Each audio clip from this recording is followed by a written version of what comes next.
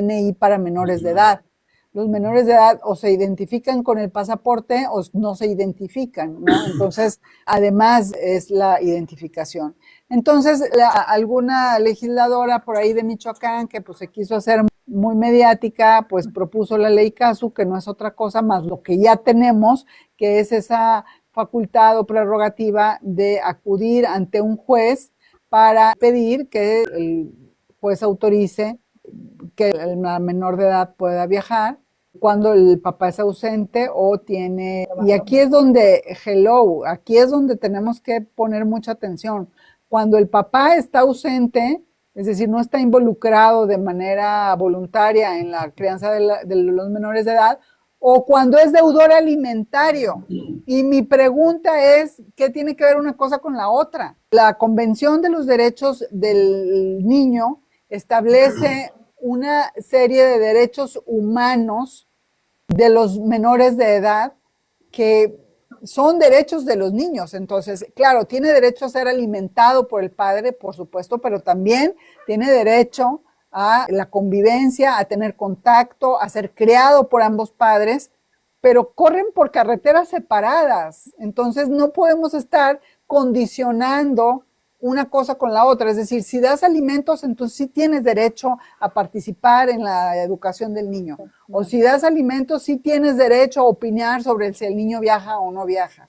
Entonces, decía un abogado, el decirle al juez, porque las madres le dicen a los jueces, en el caso mi expareja le dice al juez, yo no lo dejo ver a mi hijo porque no me dan dinero que yo quiero. Es lo mismo que te dijeran a ti, oiga juez, golpearon a mi hijo de un ojo, déjame, le pego en el otro. O sea, estamos, Dios santo, parece que estuviéramos en la edad de las cavernas. Sí, por supuesto. O sea, utilizan a los niños como chanclas para darse entre los padres y generalmente es por temas económicos. Porque la verdad, en mis 30 años de abogada, yo pocas veces he visto una mamá que argumente, bueno, pues que el interés superior de la niña, ¿no? O sea, generalmente se pelean por 1,000 pesos más, 1,000 pesos menos de pensión alimenticia, 1 hora más, 1 hora menos de convivencia, o porque te fuiste con otra y le pusiste el cuerno con la vecina y bueno, pues ya está muy enojado y por eso no te deja ver al niño, ¿no? Pero bueno, volviendo al tema de la CASU, pues es eso, ¿no? Trata de visibilizar a aquellas madres y padres que están encargados solo de la crianza de los hijos. Y desde mi punto de vista, pues es lo mismo, tener que acudir ante un juez, acreditar que tienes esa necesidad de que el menor de edad salga al país contigo y además de eso, pues imponer cargas probatorias, pues, o sea, no solamente el costo de acudir ante un juez, sino también el costo de, pues de pagar abogado, de tener una defensa y una serie de etcétera, ¿no?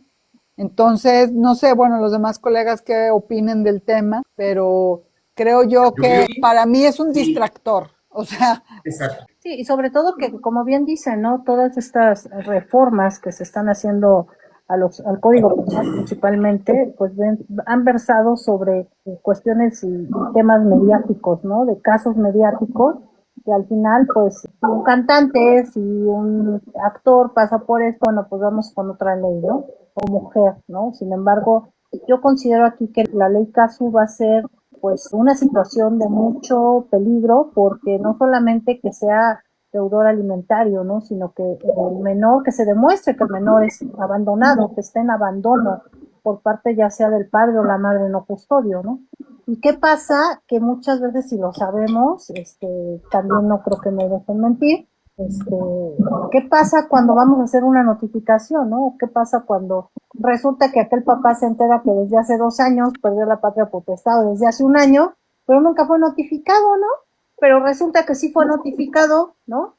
En el domicilio X, de la calle X, o sea, yo creo que aquí va a tener que ser una situación, si es que llegan a aprobar esta reforma, manejar la notificación de manera y estrictamente personal en contra del papá o de la mamá.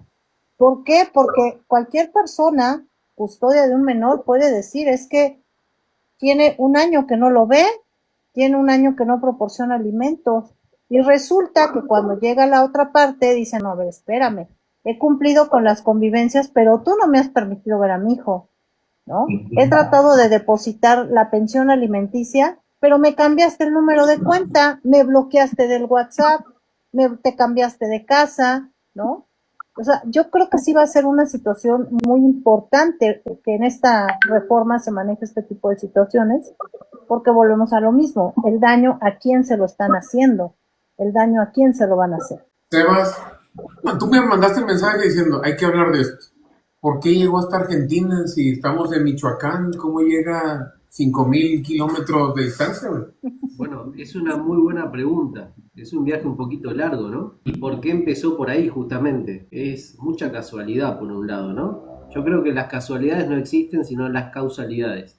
Y por otro lado, como buen acuariano me gusta ser rebelde, y en este caso con Gaby obviamente me gusta que esté porque es quizás la otra postura, ¿no? Alguien tiene que hacer de defensora de Casu y del otro lado el malo de la película me toca a mí, así que bueno, no lo voy a defender al otro joven, pero sí al resto de los papás que pueden padecer el otro lado de esta moneda. Acá hay un mensaje de Sol García que lo estuve viendo y pensando para decir esto ahora. Dice que es que Casu viaja por trabajo, no para alejar a la niña de su papá. Y yo le contesto y tiene que ver con uno de los requisitos, que es que el padre no cumple porque no quiere, porque no puede. Cumple porque no quiere, porque evidentemente hay nivel económico, que no es el caso del resto de los papás. Y fíjate la trampa de las palabras, porque se habla, por ejemplo, de ausencia sostenida, no de abandono, que es el segundo requisito.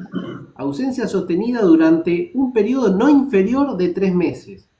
Bueno, menos mal que es no inferior de 3 meses. ¿Cuánto tiempo hace que vos no ves a tu hija y no porque sos abandónico, Paco? Sí, o sea, 5 años. Bueno. O sea, yo la he visto en 3 ocasiones físicamente. Entonces, y cada que voy desde Panamá, fundamento. usa para no ver. Mínimo, o sea, no inferior de 3 meses cuando yo tengo testimonios de la mayoría de los padres pasan 2 y 3 años, no porque no quieren, porque se lo impide o el progenitor o la misma justicia. Claro. Entonces ahí ya cae en un requisito. Y lo otro, incumplimientos graves y persistentes. ¿Qué es un incumplimiento grave? No cumplió la cuota alimentaria provisoria, que es algo provisorio, o no cumplir total, pagó una parte y no pagó todo. ¿Cuál es lo grave? Que pagó una parte, que no pagó todo. Y la otra es, yo tengo casos en donde para establecer una cuota de alimentos provisoria no se fijaron en un recibo de sueldo, sino se guiaron porque el hombre gana 1.000, la progenitora dijo no, gana 3.000. Bueno, la cuota provisoria se aplicó en base a los 3.000 sin verificar, entonces el hombre no pudo pagar porque la cuota era de 1.500. No fue porque no es el caso que estamos tratando acá que por ahí no paga porque no quiere. El tema es que el problema lo van a tener el resto de los mortales, que sí lo quieren pagar pero no van a poder. ¿Y por qué? Pero otra vez nos enfocamos en el dinero, güey. Eso es lo que me da coraje a mí. Para el dinero, rápido. 2 meses a la cárcel. Para la obstrucción, güey. Años. Bueno, yo creo que tengo personas que tienen 11 años sin ver a sus hijos, güey. Imagínate un niño que tiene 5 o 6 años, acostumbrado a convivir con su papá, abrazarlo, tiene una abuela, de la noche a la mañana te lo quitan. ¿Qué le dice la mamá al niño por qué no lo quiere ver el papá? ¿O por qué no ve al papá? No le va a decir, porque mi hijo no me da, fíjate, ve mis uñas, ve mis extensiones. ¿Cómo quieres que te...? No le dice eso. Y otra cosita. No, tu papá tiene otra familia. ¿Cómo no peleamos por eso? Pero hay otra cosa más, Paco. Acá dice alguien, no todas son así. Pero justo... Todas. No todas. Pero no todas. No quiero que me tomen el live, güey. O sea, pero de eso... pensando que somos tenemos neuronas, ¿no? Pero de eso hablamos con Gaby.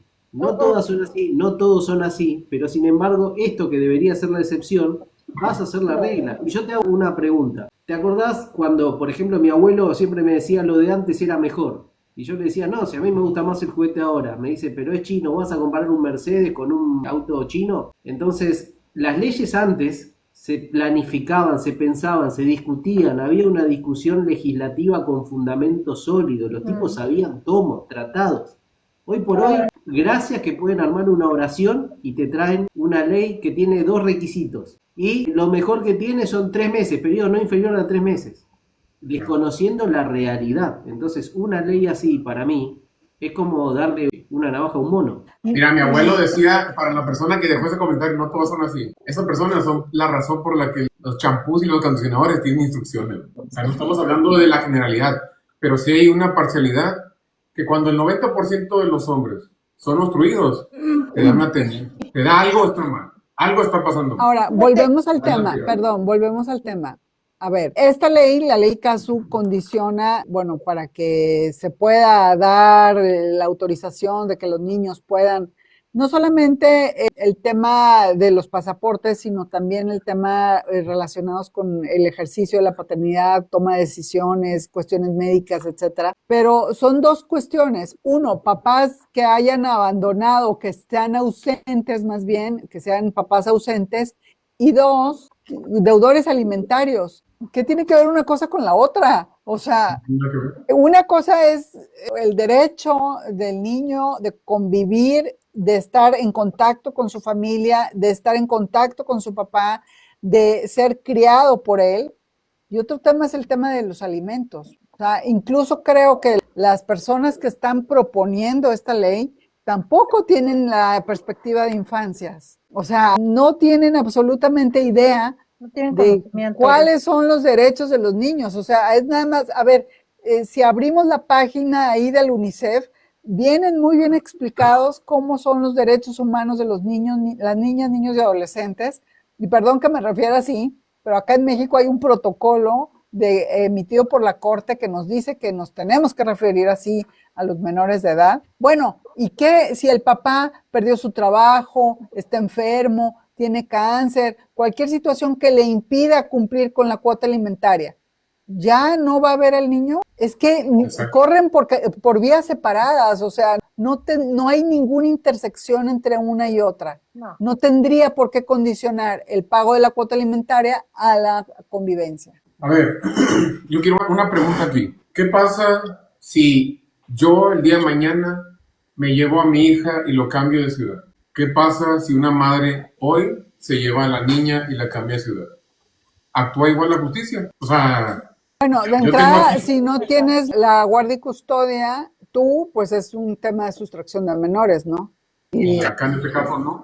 Y en el caso de quien tenga la guardia y custodia, madre o padre, pero quien tenga la guardia y custodia, su obligación básicamente es darle aviso al juez para que notifiquen al padre no custodio de dónde está ubicado el menor de edad y pueda llevar a cabo las convivencias. Yo quiero que me dejen aquí en los comentarios de los que nos están escuchando, ¿cuántos de ustedes saben exactamente dónde está su hijo? Que me dejen en los comentarios. Yo soy padre, pago pensión, yo sé exactamente dónde está mi hijo. Mañana voy a esa casa y yo sé.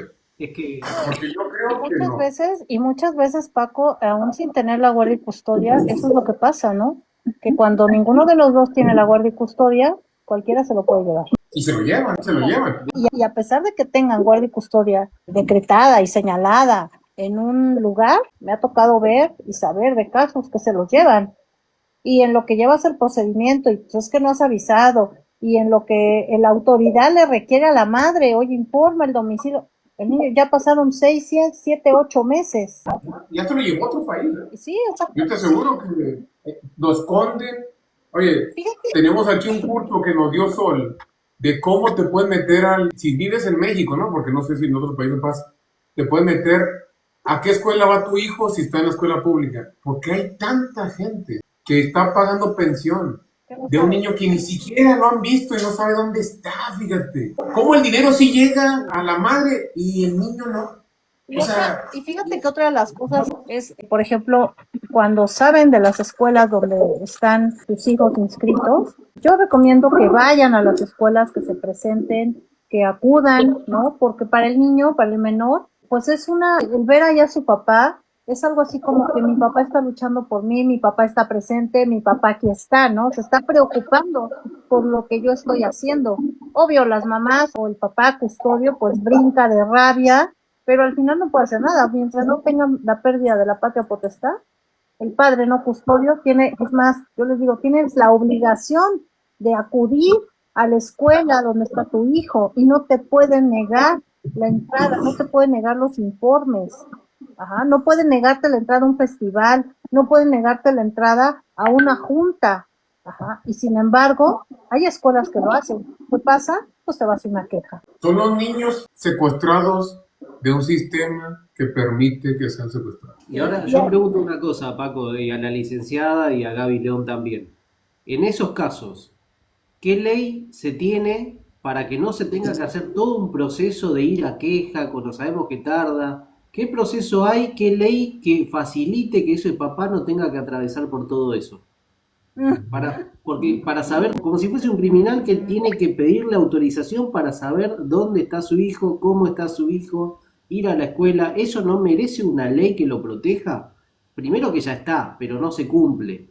Entonces haría falta, como en este caso que también ya existe una ley, se pide, yo he pedido autorizaciones, me lo han otorgado, no es difícil, y sin embargo se arma una ley para esto.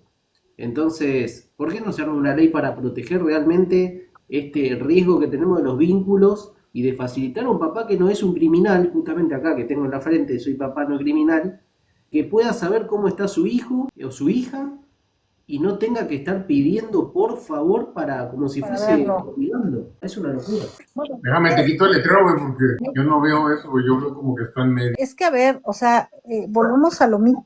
Están las leyes, está la ley de los derechos de los niños, niñas y adolescentes, está la convención. Aquí en México el cuarto constitucional lo dice, toda autoridad está obligada a velar por los intereses, por el interés superior del menor. El problema es quién imparte la justicia. Ajá, ese es el problema. Qué comentario tan terrible. Ciro Maximiliano. Hola, no sé si mis hijas estén vivas. Uf, No les veo desde hace 28 meses. pero eso Solo una pregunta hice. es muy común. Y han salido 4 comentarios de gente que ni siquiera sabe dónde están. ¿Cuántos hay? Fíjate, ahora está de moda que el INEGI está preguntando cuántos hijos no ven al padre o no pagan pensión. ¿Por qué no preguntamos cuántos padres están siendo obstruidos? ¿Por qué no preguntamos cuántos padres o por qué no hacemos el registro en vez de deudores alimenticios? Registro de madres que están obstruyendo a los hijos. Y Bueno, claro, ese es un- depende mucho el abogado que tengan en un momento, ¿no? Porque también yo considero que también es mucho el trabajo del abogado como litigantes que somos, hasta dónde vas a permitir que se vulneren los derechos de estos niños. No, perdón, licenciada, yo ahí discrepo porque como abogado, como papá, litigando contra todo un sistema, no depende del abogado. El abogado hace de todo, yo hice de todo, presenté los recursos habidos y por haber pasé por todas las instancias y hoy no sé dónde está mi hijo, por ejemplo. Entonces no depende del abogado, es un sistema que se supone que es patriarcal, pero sin embargo vemos las leyes que cada vez eliminan más, lo que tratan es de suprimir la imagen de un papá. Entonces, Quieren borrarlo. O sea, hay un quieren documental, reducirlos a solo un cajero automático. hay un Y- documental y- que se llama Borrando a Papá. Y además minimizarlo, ¿no? Porque, por ejemplo, en el caso de México, no sé, en Argentina, en México no existe, hablábamos hace rato de eso, hay 32 codificaciones familiares, es decir, hay 32 códigos familiares, en algunos estados todavía están las leyes de familia insertas en el Código Civil, hay otros estados en donde tienen el código familiar o la ley familiar, pero hay una diversidad de nombres para esto, o sea, no hay unificación, o sea, tendemos mucho a minimizarlo y a no hablarlo por su nombre, o sea, no hay una ley de obstrucción parental, no se define la conducta porque hay una diversidad de conductas, no es nada más que no te dejen ver al niño, hay una serie de actividades, por ejemplo, que también la mamá se sobresature al menor de edad con actividades extracurriculares con tal de que esté súper ocupado y no pueda ver al niño y una serie de etcétera. Bueno, no hay una ley unificada, ¿sí? Entonces, hay estados en donde hablan de obstrucción parental, hay estados en donde hablan de alineación parental, hay estados en donde hablan de violencia familiar en la modalidad de violencia psicoemocional y así no vamos a llegar a ninguna parte. Lo primero es que tenemos que reconocer el fenómeno, ¿sí? Nombrarlo, porque lo que no se nombra no se puede corregir. Lo que no se nombra no está en la existencia ni siquiera de lo que se puede evaluar, ¿sí? Entonces tenemos que nombrarlo, tenemos que definirlo y en base a eso empezar a unificar la legislación y además unificar las sanciones que puede haber para quienes obstruyan la convivencia con los hijos e hijas. Paco, ¿puedo decir algo? Pero ojo, licenciado, hoy ha cobrado vidas de niños. Esa abstención, ese no ver exactamente lo que está pasando, está dañando niños, está cobrando vidas de niños. O sea, no es lo mismo que coercionar al padre para que pague pensión. Aquí ya estamos viendo que se está llevando vida. O sea, no sé si yo soy el único indignado. Paco, quisiera decirte algo que tiene que ver con un comentario de Karina Leiva, que es alguien con la que hablamos, yo conozco su tema y demás, siempre nos acompaña. Ella habló que hoy, acá está el mensaje, hoy está desvivido, te digo esa palabra, Ángel. Y tiene que ver con esto que hablamos recién. Las leyes de género promueven leyes con nombre de mujeres para que se respeten esos derechos. Las leyes de estos niños que son desvividos reflejan niños que ya fueron víctimas, que no tuvieron ningún tipo de derechos. Entonces vamos a acumular nombres de leyes, pues seguramente ahora va a salir la ley Ángel, que ya salió la ley Lucio, viene la ley Ángel, son todos niños que fueron víctimas efectivamente, y esto, la ley Casu, viene a hablar de otra cosa y no de esto que se están muriendo los chicos. Necesitamos ponerle una ley a una cantante que se pelea con otro cantante de un problema que quizá el niño no lo está padeciendo. Son egos. O sea, ella quiere una cantidad, él quiere otra cantidad, ella quiere legislar en los medios, él quiere legislar en los medios. ¿Cuántos niños no hay ahorita? Tenemos la estadística, 33 millones de niños hoy van a dormir pensando que su padre los abandonó. Esos niños no tienen los recursos que tiene Casu ni Nodal. Ojalá el problema de muchos de nuestros hijos fuera a dónde va a viajar. El problema que tenemos hoy, o que terminan muriendo y no los vemos, como le pasó a este papá que ya no va a abrazar a su hijo. Se ve el video cómo lo abrazó por última vez. Y muchos de nosotros no sabemos con quién están, cómo están, si están bien, si alguien los está golpeando, lastimando, si un tercero que tiene más derechos que un papá que aporta, pues yo no soy deudor alimentario, vos tampoco. No tengo ni siquiera una denuncia penal, no tengo absolutamente nada, y sin embargo no puedo ver a mi hijo. Y quizás otra persona lo termina desviviendo. Y esos niños, no necesitamos hablar realmente de eso, que es el problema serio, se están perdiendo la vida.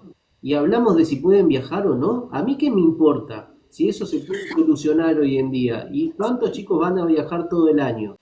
¿Cuántos años tiene la hija de Nodal, güey? 2 años. La niña, mamá, ¿quiere irme a Cancún? ¿Le dice? Bueno, no era ese tema, era el hecho de que tú pudiera estar ahí con la mamá. Yo lo que creo es que ojalá este tema de Casu sirva para visibilizar lo fregado que está el sistema de justicia en materia de infancias. Y, por no decir otra palabra para que no nos sancionen, ¿verdad? Y que sirva, ojalá, para presionar a los gobiernos, a los legisladores, para que efectivamente hagan un análisis serio de cuál es la situación de las leyes y de la justicia en materia de familia y de la justicia en materia de infancias y adolescencias, y que se generen acuerdos serios. Por ejemplo, etiquetado de presupuestos desde la Constitución, por ejemplo, capacitación a jueces en temas de derechos de las infancias, por ejemplo, establecimiento de lugares seguros para que los papás puedan de manera cotidiana convivir con los hijos si es que tienen alguna disputa relacionada con algo, ¿sí? Ojalá que eso fuera. Pero todo está quedando en el chisme del TikTok y creo que no debemos de caer en eso. Yo le voy a hacer 2 preguntas. En promedio, ¿saben cuánto dura un juicio de divorcio y custodia en Estados Unidos? Que no es de los megamillonarios. 2 semanas. De uno caminando. 2 semanas. No llevas abogado. En 2 semanas el juez te dice, ¿cuánto gana usted? En Filadelfia ya se pone como legal la custodia compartida, la crianza compartida. ¿Por qué no hacemos eso en México? ¿Por qué no matamos la corrupción desde un momento en que uno se divorcia? Fíjate qué rápida entra la pensión. ¿Cuánto tarda en generar una convivencia? O sea, el juez me está diciendo que es más importante que yo le dé el dinero a que yo abrace a mi hijo. Es más, ni siquiera me está pidiendo dinero porque yo se lo estoy dando. No me está ni siquiera demostrando que yo no doy dinero. Pero para el juez es más importante que yo dé un dinero. Se da custodia en automático. ¿Por qué no del momento en que entra el divorcio, que se genera una custodia compartida? Y que si no quiere, nodal, o nodal, porque no sé por qué estamos hablando de esta persona. Hay más personas que estamos sufriendo más de esto. ¿Por qué no me dice el juez, no quieres tener el hijo? Entra un incidente. ¿Por qué yo tengo que meter un incidente para convivir con mi hijo? O sea, esa es la primera pregunta. Y la segunda pregunta se me olvidó porque me apasioné tanto en esto. Pero, ¿por qué? Exacto. ¿Por qué tenemos esta corrupción aquí de juicios que tardan años? ¿Por qué es necesario tener un juicio, alargarlo? Tengo por la segunda pregunta. ¿Por qué no castigamos las falsas denuncias? ¿Por qué no hay una ley que así como tan fácil con un solo testimonio te arruinan la vida? Porque es el comentario que dejó acá Carlito Feliz. Con un solo testimonio te arruinan la vida. ¿Por qué no hacemos igual de severo las denuncias falsas? El 0.1% dicen que es denuncias falsas y no es cierto. 83% de las denuncias de abuso psicológico o físico que comienza con un divorcio o custodia o pensión tienden a caerse porque no traen pruebas. ¿Qué hacemos? Ahí están dos preguntas, se lo repito si quieren. Las denuncias falsas y la otra es ¿por qué no hacemos la custodia compartida desde el inicio? A ver, que se haga crianza con relación a las denuncias falsas, vuelvo al tema. Hay un vacío legal y una falta de voluntad, digámoslo así, de las autoridades para procesar a quienes hacen denuncias falsas. Porque todos sabemos que denunciar falsamente a una persona es un delito, aquí en Argentina, en China y en todos lados. Pero ¿qué es lo que sucede? Pues que a las personas que denuncian falsamente a sus exparejas, pues simplemente no les cae la ley, porque bueno, pues no, el sistema de justicia, volvemos al mismo tema, está absolutamente colapsado, ¿sí? Entonces, yo insistiría muchísimo en invertirle más educación, invertirle más presupuesto a los jueces y al sistema de justicia y sí generar mecanismos en donde los menores de edad no pierdan más bien el contacto con sus padres. Yo quisiera hacerle una pregunta a Sebastián, digo, y con todo respeto, y si no me la quieres contestar, no hay problema. En Argentina no hay convivencias provisionales, supervisadas, en algún centro de convivencia, virtuales, de manera que puedas tener contacto con tu hijo. Sí, existen lo que se denominan revinculaciones. Hay lugares para eso, pero la verdad es que hay que esperar muchísimo tiempo. Pero no ese es el gran problema. El problema son los juzgados, que tardan muchísimo tiempo. Las evaluaciones son interminables. Muchas veces las mismas, no quiero decir progenitoras, pero yo voy a hablar de progenitor sin género, que puede aplicarse a cualquiera. Muchas veces para impedir el contacto no lo llevan, no hay sanciones y pasan años. Y hay otra cuestión más que iba a decir acá, pero se me olvidó. El gran problema es, por ejemplo, estábamos hablando de las falsas denuncias, ¿no? Anoche tuve la oportunidad de estar con la que promovió en mi país la ley, que es Andrea Guachi. En el programa de radio hablamos con ella, que esta semana entró al Congreso para que sea tratada esa ley, para aumentar penas. El tema es que ya existe una sanción. El tema es la mala aplicación que se hace, que hace necesario que haya un agravamiento de la pena, ¿no es cierto? Pero hay otra cuestión que yo anoche lo mencioné justamente y se lo dije a ella también. Una cuestión son las falsas denuncias. Cuando estamos hablando de niños que pueden ser víctimas de delitos, la obligación del Estado es investigar. El gran problema radica en la falta de investigación adecuada para determinar qué casos son reales y qué casos son falsos. Te doy un ejemplo claro, preciso y muy contundente, que es el caso de este niño. Si este caso del niño que hoy falleció, Ángel, que el padre denunció, se hubiese investigado, porque directamente por ser varón tomaron como que la denuncia de él era falsa. Entonces, al contrario, una denuncia cuando es falsa sin ningún tipo de prueba, avanza.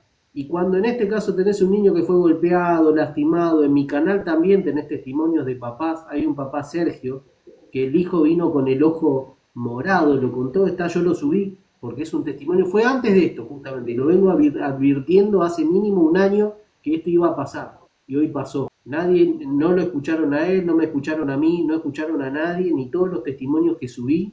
Yo presenté un petitorio al Ministerio Público Fiscal de la Nación porque uno de los nuestros se postuló y en el temario, por ejemplo, eran todas leyes de género, pero no estaba la Convención de los Derechos del Niño ni la 26.061, que es la Ley de Protección Integral de Niñas, Niños y Adolescentes. Estas cosas, esos casos no se investigan.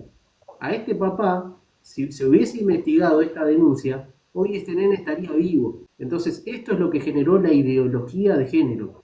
Los casos que son falsos, sin pruebas, al tipo lo meten con prisión preventiva y con régimen PACO, si miento o no, por años.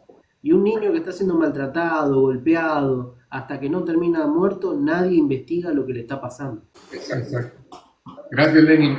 Fíjate, volviendo a las denuncias falsas, digo, yo lo tuve que aprender a chingadazos, ¿no? Para denunciar a un hombre, solamente requieres un testimonio. Y generalmente, como lo hizo mi pareja, lleva a la mamá, a la hermana, y el testimonio es conflictivo. Tú ves que una dice que fue tal día, el otro tal hora, el otra dice que no le va dinero, la otra dice que poquito. O sea, el juez le valió más. Para yo poder denunciar falsamente a mi pareja, primero, ve la estupidez. Primero el juez me tiene que dictar inocente, que es un trámite burocrático que te lleva de 6 meses a un año. El delito de la denuncia falsa, corríjanme si estoy en lo incorrecto, prescribe antes del año. O sea, te dicen que tú tienes que denunciar falsamente una vez que seas inocente, pero dentro de un año, que el trámite burocrático tarda un año. O sea, Dios santo, güey, ¿queremos o no queremos cambiar las cosas?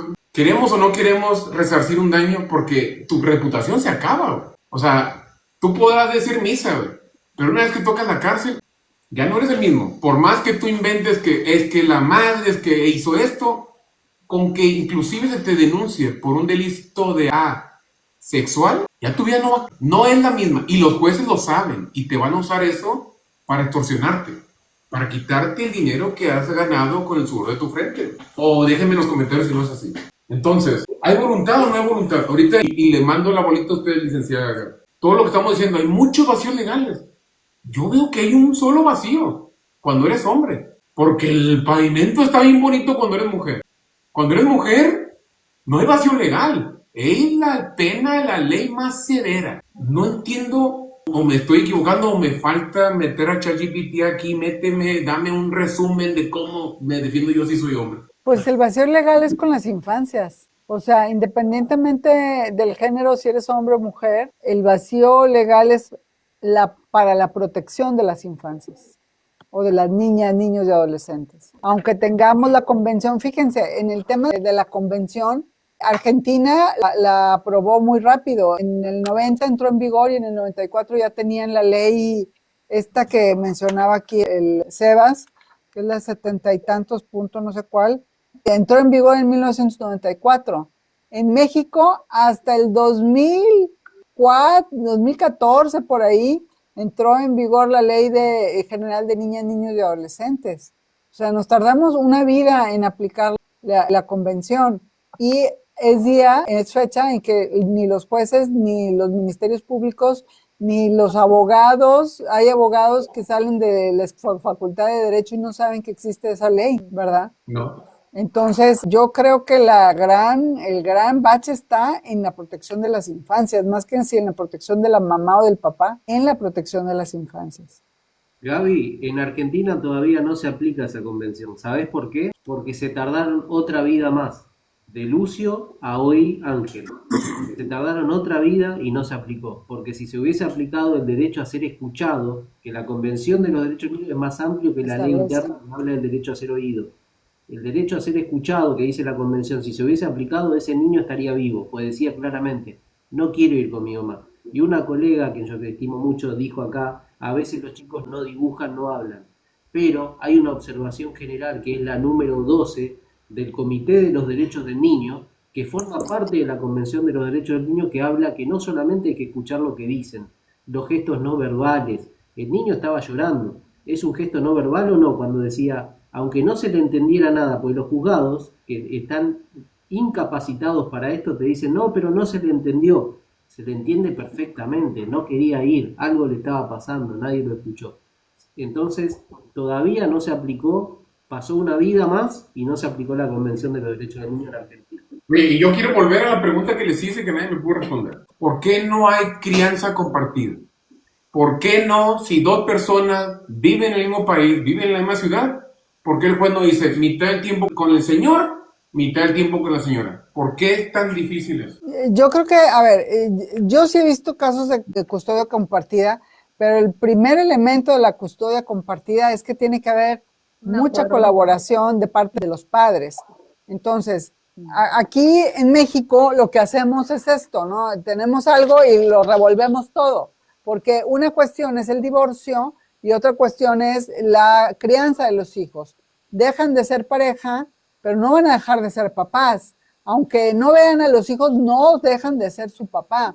Entonces, todo se revuelve, ¿no? Porque ya llegan al juzgado peleados y como están muy peleados y ya se quieren divorciar, no hay un entendimiento para poder llevar a cabo. La custodia compartida es un modelo de custodia en donde idealmente los papás participan, como lo has dicho bien, Paco, de manera equitativa y equilibrada en la crianza de los hijos, opinan, llevan, traen, etcétera.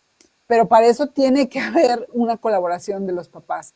Y si hay un ambiente de alta conflictividad, pues no es el mejor modelo para los menores de edad, porque vuelvo al tema, se supone que los jueces deben de atender o juzgar con perspectiva de infancia y aplicar el principio del interés superior de las infancias o de los menores de edad, que es lo mejor para ellos. Entonces, si hay una situación de alta conflictividad en donde ninguno de los padres quiere ceder a tener acuerdos para el bienestar de los hijos, pues entonces tal vez el modelo de custodia compartida no es el mejor modelo para esa situación.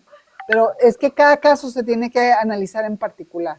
Aparte, la ley, al menos en México, la ley no te ampara, no te menciona la custodia compartida, ¿no? Justamente por estos temas, solamente cuando hay un acuerdo de voluntades de los papás, ¿no? Es cuando sí se acepta la guardia y custodia compartida. Diste de clavo, licenciada, acuerdo de voluntad. Claro, pero ningún...